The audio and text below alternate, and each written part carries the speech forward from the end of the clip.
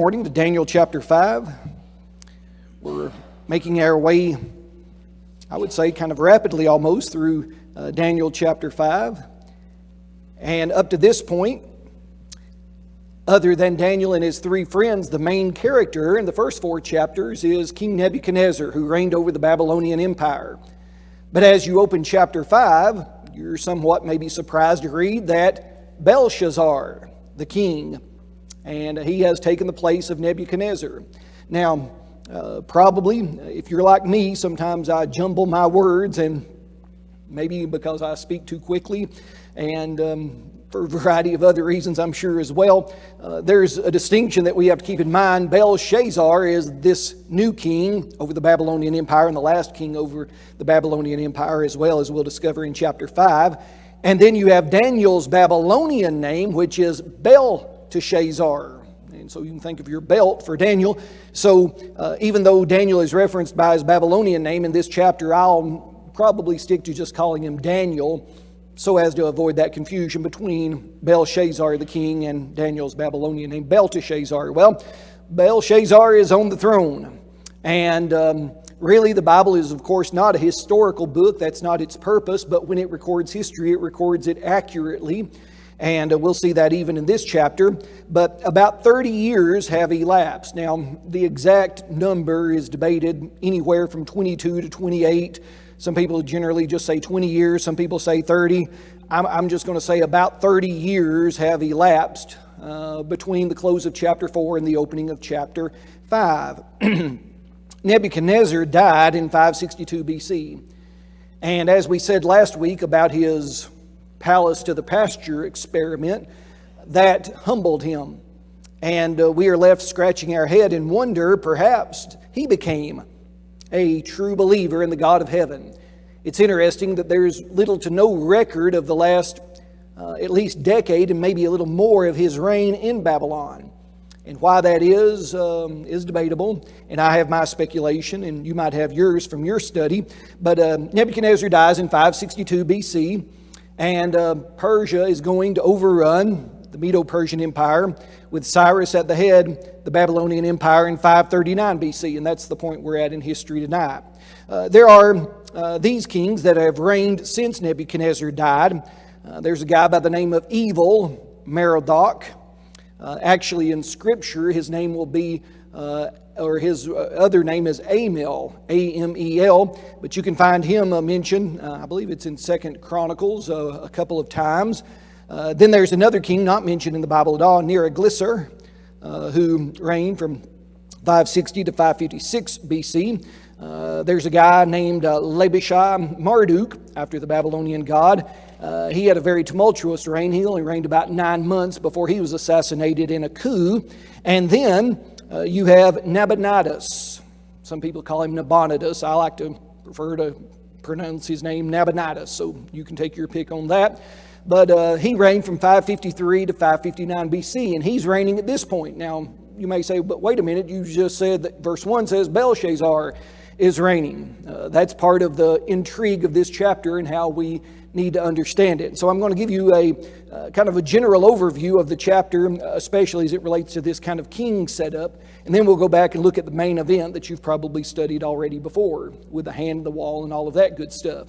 But Nabonidus was reigning, or was considered the king of the Babylonian Empire at this time. And for many years, those who read the Bible speculated that the Bible here was in error for listing Belshazzar as king instead of Nabonidus. Well, in 1881, and actually, again, this date is actually argued about. Some say it was actually discovered in the 1850s and then not translated until the 1880s. I'm going to put 1881. A clay cylinder, and that's just what it is. If you think of a piece of pottery that's in cylindrical form, they would take when the clay was still soft and wet and write cuneiform on it, and they would preserve that kind of as their writing medium. And 4 of these were found in a ziggurat in the corners, kind of as a time capsule sort of thing, as I understand it. And this one that came to be known as the Nabonidus cylinder authenticated, in fact, that the Bible was right all along, that Belshazzar was reigning as a sort of co-regent with his father, Nabonidus. And it goes on to tell us why that was happening. Now you may say, how can two kings reign at the same time? Usually there's just one king. And that's typically the way it happens in history. But Nabonidus, the Babylonian king, he didn't like the gods, particularly Baal and Marduk of Babylon. That's what was really the God above all gods in the Babylonian capital. But he preferred the moon god Sin. S-I-N, not to be confused with the biblical concept of sin. But he preferred that God. Now, if you're going to substitute any God for the true God, one will do just as well as another. None of them are worth anything at all. That goes without saying. But because Nabonidus did not worship the capital city God, the priest, who held a great deal of political and social and civil power, there was just friction. And so Nabonidus, he kind of takes out of town, and he finds a place at an oasis in a little place called Tema that's in modern-day Saudi Arabia now, and it's got good weather, and it doesn't have the opposition from the priest, and he could worship his moon god Sin without interference. And he could still kind of dispatch messages back to the capital and his emissaries to, carry messages back and forth and things like that. And so he said, I'm not going to worry about it. I'm going to get out of town. I'm the king. I can do what I want to do. I'm going to go on an extended vacation, almost is what it seems like, even though he was probably doing some administrative duties. I'll hang out in Tema here in Arabia. I'll put my boy, Belshazzar, in the capital and let him be the figurehead and let him run things. So that's what's going on, and that's why we see Belshazzar mentioned as the king. That's why a little bit later, when there's no one to interpret the message, Belshazzar says to Daniel, because you have been able to interpret the message, I'll make you third in command. Now you may say, well, why wouldn't he make him second? But third, that's all he could offer, because he was second, his father was first, as it were. And so that's what we have going on kind of in the political scene of Babylon at this time when we turn to chapter 5. Well, what's happening in chapter 5? Chapter 5, Belshazzar is having a feast. 1,000 of his nobles, all of the bigwigs were there. And 1,000 is not, I don't necessarily think, an exact number. It just means a large number. And they were having a party. And while partying, Belshazzar makes an interesting request. He said, go get the gold and silver vessels that my father Nebuchadnezzar brought from Jerusalem, and let's drink out of them. Now let me just maybe add one more thing before we go any farther. The word father there, you said a moment ago that Nabonidus was his father. It is. Nebuchadnezzar is used in that sense as a father, just as one that preceded him. It doesn't mean his biological father. It's possible, and we'll get to this a little bit later in chapter 5, that Nebuchadnezzar could have been Belshazzar's grandfather, but here the word father is not used in biological lineage. Bible critics say, nope, that's not right. Yeah, you're right, it's not, but that's not the way the Bible's using the term. And ancient Near Eastern literature will prove that many times even the Bible itself uses that term father. David, his father, talking about the kings of Judah. David was not the father of those men that lived hundreds of years after him, but he was the one that preceded them on the throne. So that's how the word Nebuchadnezzar is used here in that sense as a father, just one who had preceded him. So Nebuchadnezzar took these, and we read that already in chapter 1. He took these utensils and these vessels from the temple, and that was a way just to really show his superiority, supposedly, over the Israelite God, the true God. And he had kept them probably in the temple of Baal or Marduk in Babylon. And so Belshazzar says, go get those. Now, why would he do that? Is it just to infuriate the Jewish people that might have been living in the city? That would be one thought. How does it relate to Daniel? We'll see in a moment that probably Daniel doesn't have the preeminence or prominence that he had before. But it could be that here Belshazzar is worried. And he's doing it as it were sort of a publicity stunt.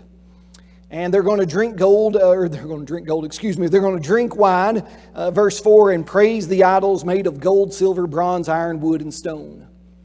Which, at a drunk party, and interestingly, even those elements listed there kind of correspond to the image that Nebuchadnezzar had seen in chapter 2. the gold, silver, bronze, iron, wood, and stone. But why would he be throwing a party? Ancient texts actually tell us when this occurred. October 12th, as we reckon time, 539 BC, Cyrus of Persia had defeated the Babylonian army at Opis just a few days before. Nabonidus, hearing that his empire was under attack, had actually left Hema and had come back and rejoined his army, it seems, at the little city of Sippar. But Babylonian forces were overrun, so Nabonidus, he fled. And it doesn't seem that he actually went back to the capital city. He went somewhere else. And now the Persians are on the outskirts of Babylon. And the Babylonians, really, it's for us to try to guess whether they were worried or not. Some people think they weren't worried at all. And that's why why Belshazzar is throwing a party. Well, here are at least 5 suggestions. And you might add to these if you think of one that fits.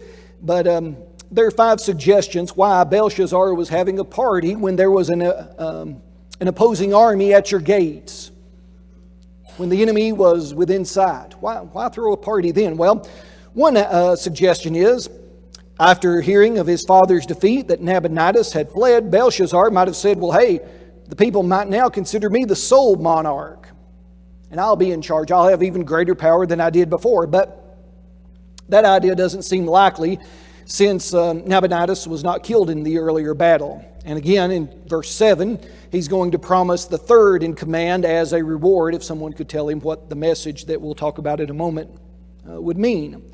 A second idea was that the banquet was an attempt to build morale in the army protecting Babylon. Maybe the forces in the city, they're a little bit discouraged. After all, their countrymen had just been defeated.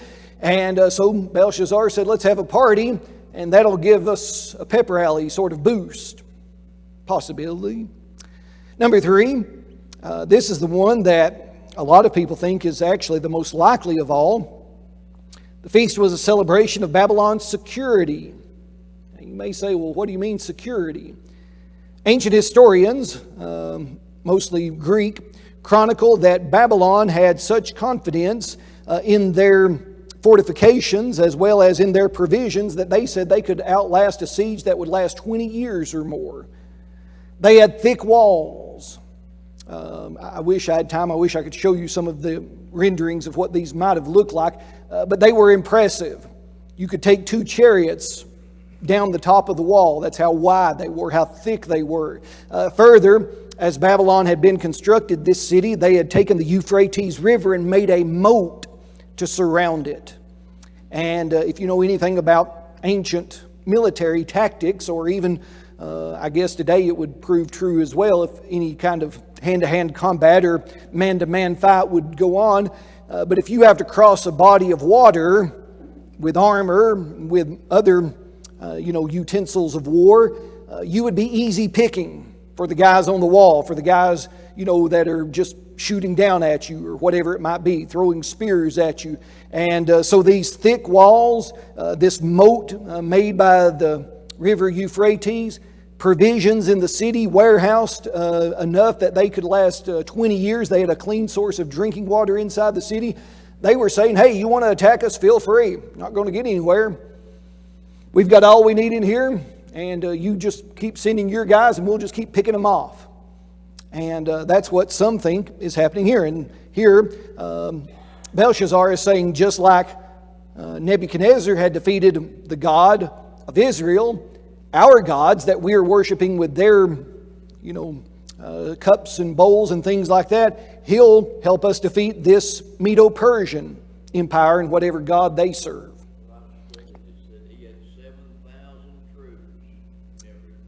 Yes, they had lots and lots of men ready to fight. Number 4, this party could have been a sort of final fling before Babylon was overrun. We know the adage, and we've talked about this in a recent lesson, let us eat and drink, for tomorrow we die. Isaiah said it, 1 Corinthians 15 said it. That doesn't seem to be the vibe that I'm getting, although I just put it in there as a possibility for you because of how here Belshazzar is going to react to the message especially. Or number 5 really might coincide also with number 3. the Great Feast could have been a part of an annual festival. Some people say like a New Year's Day festival that was held at this time to the Babylonian deities.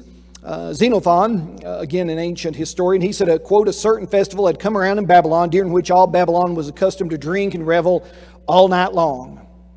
Is that a possibility? That could be, and I put in your handout the most likely explanation, kind of combining the idea of number 3 with number 5. Babylon was secure. This is our time to party. We're going to party. We're not worried about it. We're not worried about it. Well, guess what? Somebody breaks up the party. Somebody crashes the party. And maybe instead of saying somebody, verse 5, it's not even a whole somebody, it's just a what? Just a hand. Give me a hand. God does. The fingers of a human hand appear. Amy wouldn't let me, take some of her Halloween decorations, but those plastic skeletons, I was just going to, chop off the hand of one of those and wave it, but no, she wouldn't even, I didn't even ask her to do that. But anyway, you're just sitting there, you're having a good time, not saying we're endorsing this sort of behavior, but you're drinking yourself silly, it's fun, not a care in the world. And then, the hand starts writing. And I'm sure, there's some old boy in the back, we'll call him Bubba. Bubba says, hey, look at there. And y'all see that? And everybody says, Bubba's just had too much to drink. But the hand keeps writing. It keeps writing. And in fact, when we unearthed this palace, when I say we, I'm talking about archaeologists, when people in later years, in the late 1800s, unearthed this palace and actually found it about in the vicinity of Baghdad, we found plaster on the walls. So that's just a little biblical detail that's confirmed here. Writing opposite the lampstand, this word for lampstand here is actually a word that doesn't usually appear in Aramaic for that word, meaning it's probably a very prominent place where everybody could see it, and left hand or right hand, I don't know which, ambidextrous, we're not told, but it writes. It writes on the wall. Now, writing on the wall, quite amazingly, this hand without a body. And by the way, if you don't know, our cliche or idiomatic expression, we sometimes say what? If something's really evident, we say, it's as clear as the writing on the wall. Guess where that came from? Right here. That's where that English phrase comes from. Why a hand? You ever thought about that? Now you say, well, you write with your hand, you can't write with your feet. I guess there's some people, I've seen those videos of people, maybe that have some sort of disability. They learn to write with their feet or paint or otherwise, but why a hand? One suggestion is, this is going to maybe make your lunch, you want to put this off, but the way that they would tabulate the dead in battle. When you went out, when the battle was over, and you were to see how many troops you lost, how many of the enemy you killed, they would cut off the hands and they would just kind of pile them up. I know that's gruesome to say the least, but you had an easy way to count. You didn't have to lug the whole body of the dead guy back. You just, I guess bury whatever else or let the scavengers pick it. But, is that what's going on here? I don't know. But the hand wrote, the king's countenance changed, verse 6. One version says his color changed. His face turned pale with fright. I don't know that any of us probably have ever been able to see ourselves in that way, but we've probably seen other people in that sort of situation. I've seen people, through my work at the funeral home when people come face to face with the fact that their loved one has passed. You can almost sometimes see the change of color in a person's countenance. You can see that grief kind of swallow them up. That's tough even to deal with, even if it's not your loved one, and I know you can understand that. You've been frightened sufficiently before that that's happened to you, even though you might not have been able to see it in yourself. Your knees knock together, your legs give way beneath you.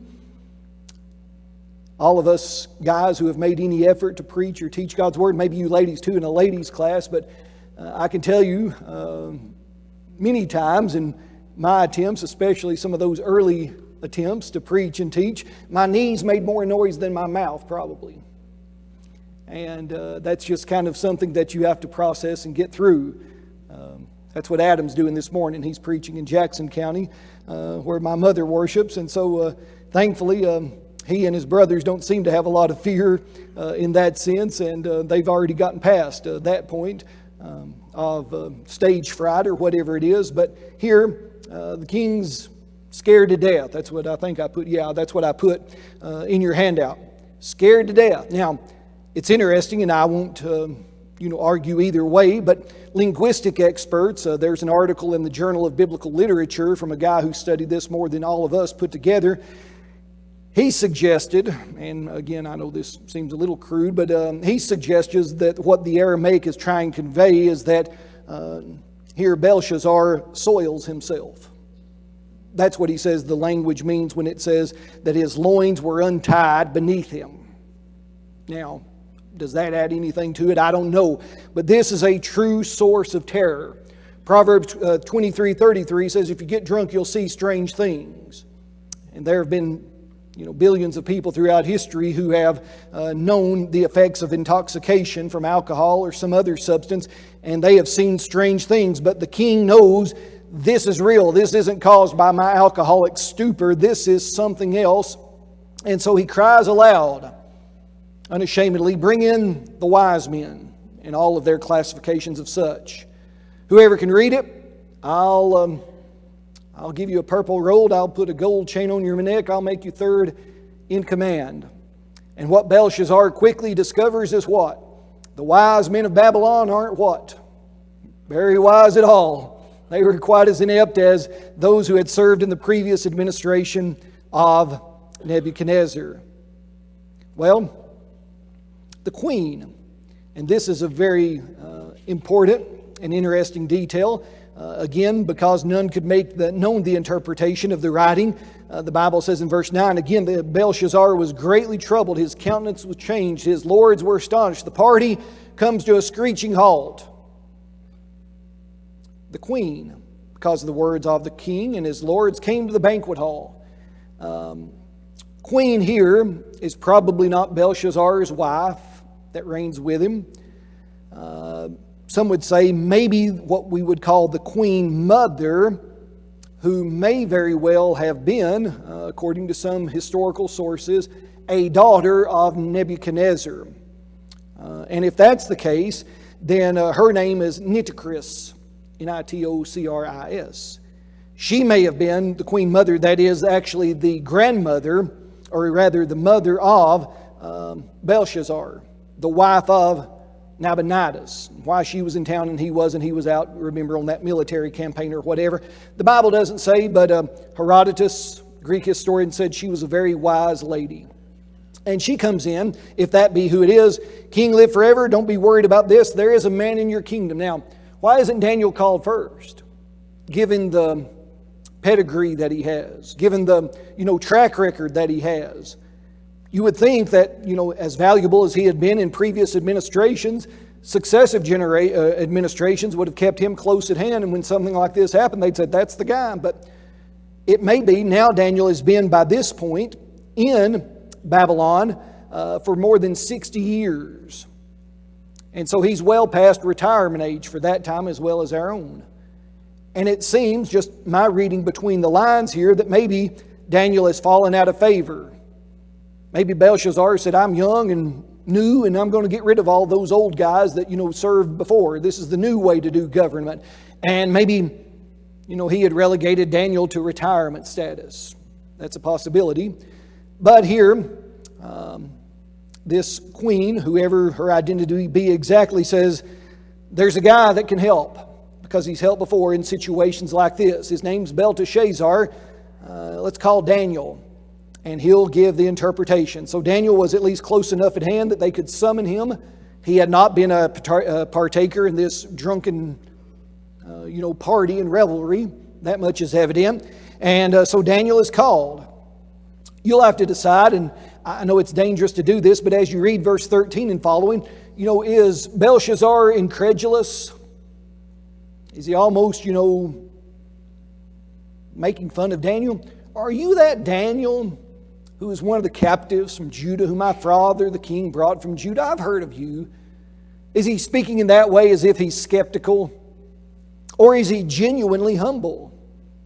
And is he more asking, are you really that guy? Are you the one that can actually help me? The Bible doesn't say which of those options is right. And again, it's not essential that we know, but it's just curious to think there's one of two ways, or maybe more, that the king could have asked it. He could have asked it kind of mockingly, are you really able to do this? You know, you're a Jew, what do you know? You don't serve our gods, what do you understand? Or is he genuinely saying, oh yeah, I remember something about you? I think that Belshazzar had heard the stories about Nebuchadnezzar and Daniel, and he looked at it as that Daniel's God had been leading them around by the nose. Yeah. And so when he came into power, he was like, I am not going to let this God tell me what to do. And so I think that was one of the reasons why he was willing to take the vessels and bring that out. And it was just defiant Yeah. against his God. And so, no, he wasn't going to call Daniel because, He knew who he stood for. Carol makes a good point. Belshazzar may have said, our gods are greater than his gods. And I don't care what Nebuchadnezzar did or what he believed. I'm the new guy in town, and I have this power, and I'm going to wield it. And so finally Daniel is summoned, and he says, in essence, and you can read these verses, we're not going to take time to. I love how Daniel answers, and this is a little bit different, just again, it's speculative, so please understand when I say things like this, I'm not meaning for you to take it as gospel, but I just want you to maybe think, in verse 17, Daniel doesn't have quite the congenial response that he did sometimes in his interactions with Nebuchadnezzar, at least the way I read it. He said, let your gifts be for yourself. He seemed to be a little bit more polite in earlier years. Now, you might say, is he the cranky old man saying, get off my yard? I don't think that's what it is. Maybe he's just giving Belshazzar, kind of, as Carol mentioned, a taste of his own medicine. What do you mean? Let your gifts be for yourself. I don't care what you're going to give me. I'll read the writing. I'll make you aware of what it said. And then he rehearses just what we said. Remember your father, whether it's your biological grandfather or whether there's any biological connection or not. Remember the one who preceded you on the throne, Nebuchadnezzar. He was at the height of Babylonian power, so all of this would have been chronicled, whether they ignored it or not. He did whatever he wanted to. He was the most powerful man on the planet, but when he was lifted up with pride, verse 20, what happened? He was brought down from his royal throne. He was stripped of his glory.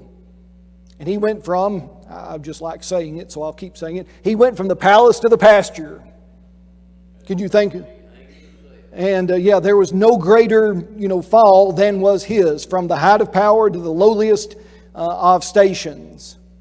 Until, and this has been repeated throughout the book, and I might suggest for you, this is the theme statement as it appears in various forms throughout the book. Verse 21, notice, till he knew that the Most High God rules in the kingdom of men and appoints over it whomever he chooses. At the end of this study, if you don't take anything else away from it, I think that's the valid principle that's still operative today. The Most High God rules. And that gives us confidence, does it not? He rules. And that's the point. No matter who we are, no matter what power we possess, no matter what position we attain, the Most High God rules, and we must submit to Him. But, and that's very ominous, verse 22, you, his son Belshazzar, have not humbled your heart, although you knew all of this. It's difficult to know who first penned it or who first uttered. George Santayana is usually given credit for it, and I know JC can quote it verbatim. Those who do not learn the lessons of history are what? Doomed to repeat them. Those who do not learn the lessons of history are doomed to repeat them. If you watch the news with a view to how history has unfolded in the past, it gives you a little bit of pause of trepidation, doesn't it, even in our own time and land. But Belshazzar, you lifted yourself up. You drank wine from the very vessels of the God that reigns to mock him, in essence, is what he's telling him in verse 23 and 24, or 22 and 23. You knew all of this, and yet you were filled with pride. And lest you maybe condemn Belshazzar too sternly, I know in my life I can probably look back and I can say, there were times when I did some stuff that was really stupid, because it was very stupid that I did that, because I knew what I'd done before or what had happened before, and yet I did it anyways. It's hard for some of us to get over our stubborn streaks, and God has a way of helping us, I'm sure, in that. Well, finally, here's where we're really most maybe interested in this morning. Verse 25, here's the inscription that was written by the hand on the wall. Mene, mene, tekel, upharsin. These words, you may say, well, why couldn't the other guys interpret them? Aramaic at this time was, like Hebrew and other Semitic languages, probably written without consonants, without vowels. They were all consonants. So imagine taking any English sentence and taking out all the vowels and then trying to understand what it meant. Further, they didn't put spaces between words. They just, run them all together.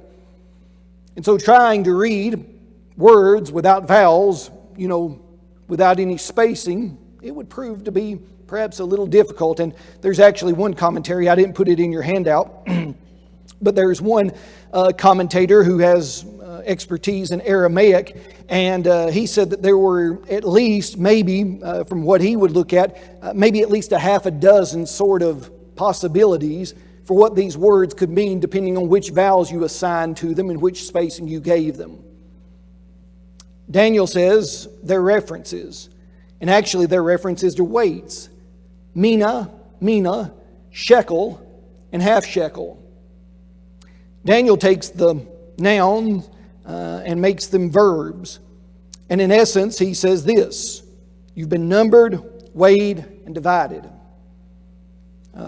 If mina and shekel and half shekel don't mean anything to you, you might think of dollar, quarter, dime. That's kind of how we would put it today, a dollar, quarter, dime. Well, what does it mean? Daniel gives him the answer in more expanded form. Mene, God has numbered your kingdom and finished it. That's what he tells the king.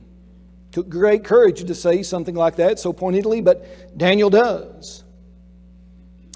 Peres. Now, you may say, well, how does that word, tekel, that word, half shekel, you've been weighed in the balances and been found wanting.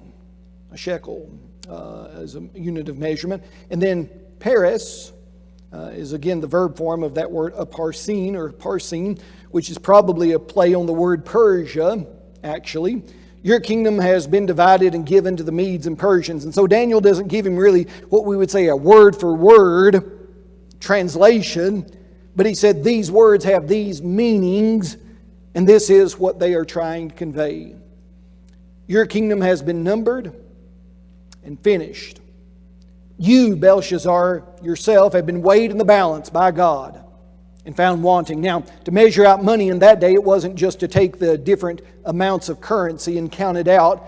They would oftentimes take a standard of measurement and put it one side of the balance and then measure out that much gold or silver or whatever it is. And so it's a very picturesque word. God has placed you on His standard of justice or righteousness or whatever. That's the standard. And when you're put in the scale to measure up, you don't measure up. You've been found wanting. And then your kingdom has been divided and has been given to the Medes and Persians. And that's about to come to fruition. Belshazzar gave the command. They clothed Daniel with the purple and put the gold chain on his neck. Daniel doesn't refuse those items, even though they're of little value to him now on this night. And Belshazzar makes a proclamation concerning him that he should be the third ruler in the kingdom. A very short-lived appointment because of the change in administration. Now,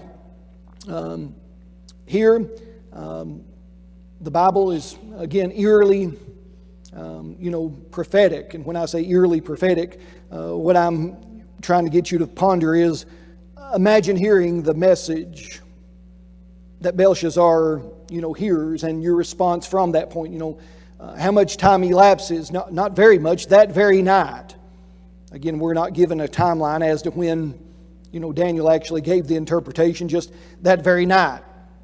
Hours later, at the most, Belshazzar, king of the Chaldeans, the Babylonian king, again, second, reigning with his father as co-regent, but he was slain. He was killed. History says that the forces of Cyrus came into the city and they saw the moat.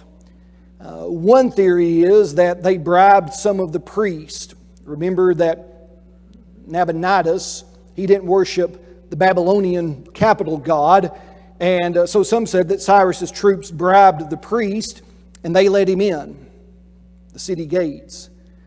Another more likely, or at least popular theory, that especially corresponds with what Scripture says is that they diverted the flow of the Euphrates River, that moat that surrounded the city.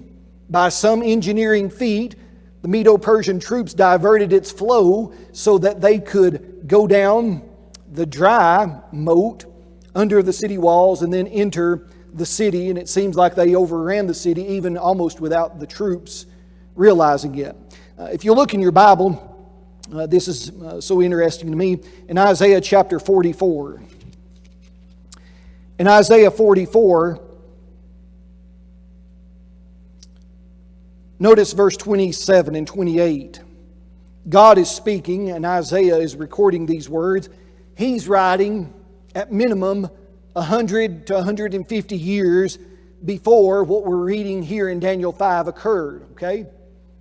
Keep that in mind. Over a century before, verse 27, God says, who says to the deep, be dry, and I will dry up your rivers. Who says of Cyrus, who's Cyrus? He's not even born yet when Isaiah writes these words. Who says of Cyrus, he is my shepherd, and he shall perform all my pleasure. In other words, Isaiah is prophesying more than a century before of what God will do through the Babylonian Empire's demise at the hands of the Medo-Persians led by Cyrus in overrunning Babylon. Look in Jeremiah chapter 50. Jeremiah is writing a little bit later, but still many decades before what happens in Daniel chapter 5 is recorded. In Jeremiah chapter 50, in verse 38, really the entire chapter of Jeremiah chapter 50 is about God's coming judgment and destruction of Babylon. But verse 38 is very intriguing. A drought is brought against her waters, and they will be dried up. They put great trust. We've got this Euphrates River. It provides us this natural barrier. Somehow it was going to be dried up. Now, if you turn just one page over in my Bible to chapter 51, still in the book of Jeremiah, this time verse 36, therefore thus says the Lord, behold, I will plead your cause and take vengeance for you, talking about the people. I will dry up her, that is Babylon. I will dry up her sea and make her springs dry. Babylon shall become a heap, a dwelling place for jackals, in astonishment and in hissing, without an inhabitant. God was telling His people, even during their time of captivity, even in the city of Babylon, I'm going to take care of things. Just give me some time. We'll operate on my timetable and we'll bring it about. There are some other references scattered through the prophetic books that some people say may also reference what's going on. Some people even look at, for instance, in Isaiah 47. I don't know. We don't have time to look back there, but if you go back to Isaiah 47, that may have been what Daniel was reading as a prophecy of how God would overthrow the Babylonians. But the point is simple, of course. What God said would happen, did happen. No matter the strength or the power that man thought he might have possessed to the contrary. That very night, Belshazzar is killed. Darius the Mede received the kingdom being about 62 years old. I'm just going to leave discussion of him till our next class when we open chapter 6. It's a difficult thing to look at. There's several different guys. And is Darius a title name or is it his actual name? There's two guys. And some of you might like this, especially if you like a certain model of car. There's a guy named by the name of Ugbaru and a guy by the name of Gubaru. That was their actual names, and you just switch the U and the G. Ugbaru and Gubaru. I don't know if they drove Subarus or not, but anyways, one of those two guys we think is this guy Darius the Mede. Darius might have been his, again, regal party name. You see the questions for discussion and further reflection. We'll talk about those maybe more at a later time.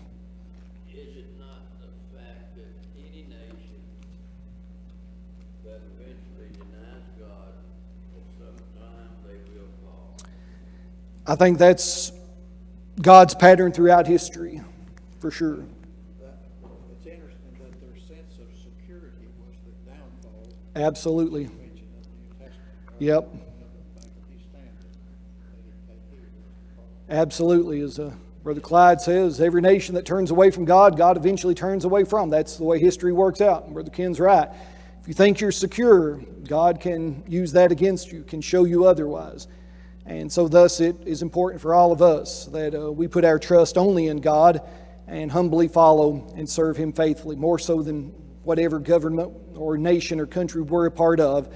We're citizens of the kingdom of God first. We know that kingdom will not be shaken, so let's serve in it faithfully all the days of our life. Well, like we said, next week our gospel meeting time will probably take us away from Daniel, but read chapter 6 between now and a couple of weeks from now. Of course, that's a very familiar story to us. Yeah, it's about the lion's den, but there's a lot more in there too that's of great benefit for our consideration. The Lord willing, we'll be able to study that together then. Thank you for your good attention this morning.